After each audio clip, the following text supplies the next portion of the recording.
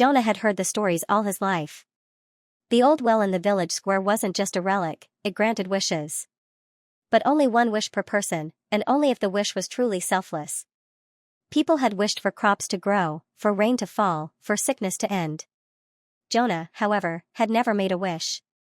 He was saving his for something important. And today was that day. His little sister, Lila, was sick. The village doctor had done all he could, but she wasn't getting better. So Jonah ran to the well, clutching the only coin he had.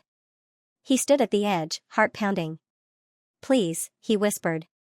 "Heal my sister." He tossed the coin. It hit the water with a soft plunk. For a moment, nothing happened.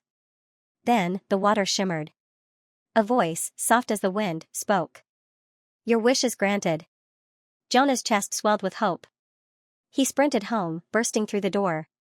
Lila sat up in bed, color returning to her cheeks. "Jonah," she murmured. Tears blurred his vision. "You're okay." Their mother wept with joy. The doctor called it a miracle. Jonah knew better. The well had listened. But the next morning, something strange happened. Jonah woke up feeling odd. When he stood, his legs wobbled.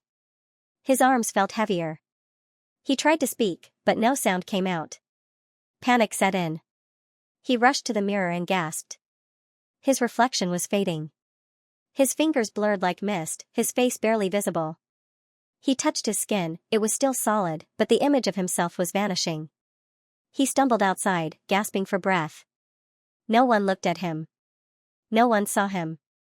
A cold realization gripped his heart. The wish had worked. But in return, the well had taken something from him. Not his life.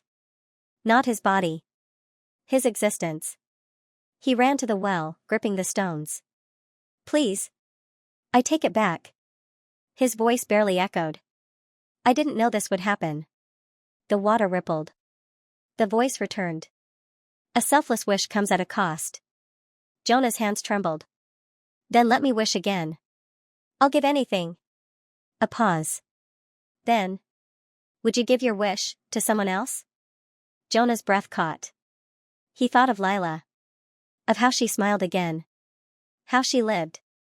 Slowly, he closed his eyes. "I would." The well shimmered.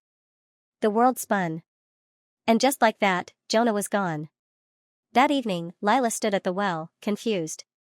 She could almost remember something. Someone. But the memory slipped away, like a name lost in the wind. And she never wished again.